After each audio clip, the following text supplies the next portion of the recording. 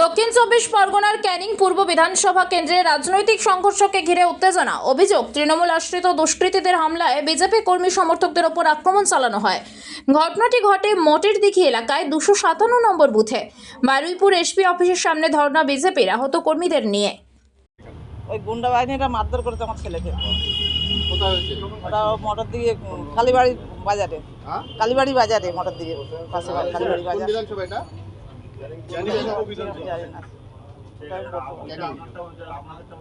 ক্যানিং হবে। কখন হয়েছে?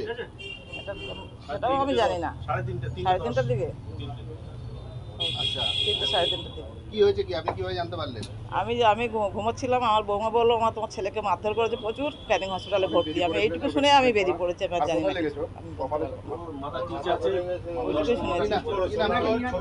না। আমার নাম আমার নাম ভানুমতি সিংহ।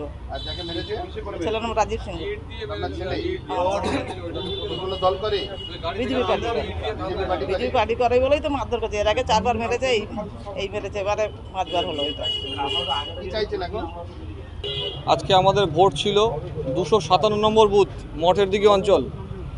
সেখানে রিগিং চলছিল। আমাদের ইলেকশন এজেন্টের কাছে খবর আসে, আমরা সেখানে যাই। ইলেকশন এজেন্ট ভেতরে গিয়ে দেখেন ছাপ্পা চলছে। যখনই উনি প্রতিবাদ করেন, বাইরে তৃণমূলের প্রায় 3 থেকে 400 গুন্ডা বাহিনী ছিল, বুথের 100 মিটারের বাইরেই গ্যাদারিং করছিল। বারংবার কিউআরটিকে ফোন করা হয়। কিউআরটির টিমে 2 জন কনস্টেবল এবং 1 জন সাব ইন্সপেক্টর, সিআরপিএফের দেখা নেই, পুরো ভ্যানিস। এই ফোর্স নিয়ে তারা আসে রেস্কিউ করতে, আমাদের উপর অ্যাটাক হয়ে যায়।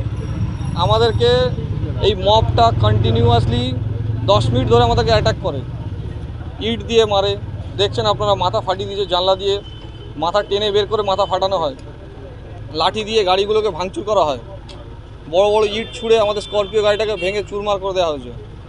আমাদেরকে পুরোপুরিভাবে প্রাণে মারে ফেলার চেষ্টা ছিল।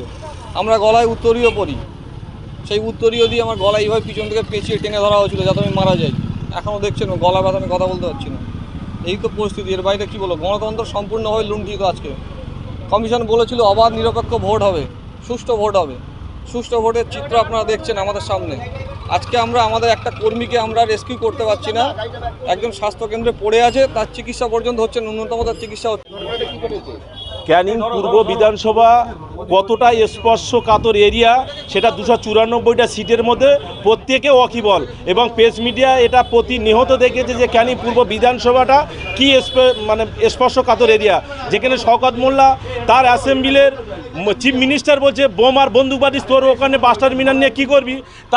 তার প্রতিফল এই দেখতে পাচ্ছেন, তার বোম ও বন্দুকের ফলে আমাদের রাজু সিনহা মাথায় বন্দুক এবং রড দিয়ে মাথা ফ্র্যাকচার করে দিয়েছে, এবং তার হাত ও পায়ে সমস্ত জায়গা ইনজোর আছে। ক্যানিং পূর্ব বিধানসভা হোসেনের নেতৃত্বে এবং আপু জাফর নেতৃত্বে এই ঘটনা সাক্ষী। 239 বুথেও আমরা গিয়ে, যখন বুথ এজেন্ট ছিল সেখানে গিয়েছিলাম, সেখানে বুথ এজেন্টকে ব্যাপকভাবে মারধর করেছে এই বাংলার পুলিশ এবং সেন্ট্রাল বাহিনী থাকা সত্ত্বেও। এটাই বাংলা সংস্কৃতি। আজকের এটা ভোট উৎসবে আমরা প্রত্যেকে আনন্দ উপভোগ করছি। অন্য বিধানসভা আর ক্যানিং পূর্ব এর বহির্প্রকাশ আগামী দিনে যেমন হয়েছে স্পর্শকাতর এরিয়া হিসেবে, তার বহির্প্রকাশ এটা দেখতে পাবেন। Report PB news.